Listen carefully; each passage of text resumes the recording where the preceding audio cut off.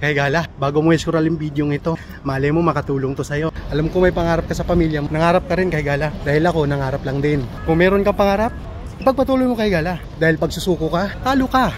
Lalo na, may pamilya ka kay gala, na higit na umasa sa'yo. At hindi lang yun, sa pangangailangan mo kapag sila ay lumaki na.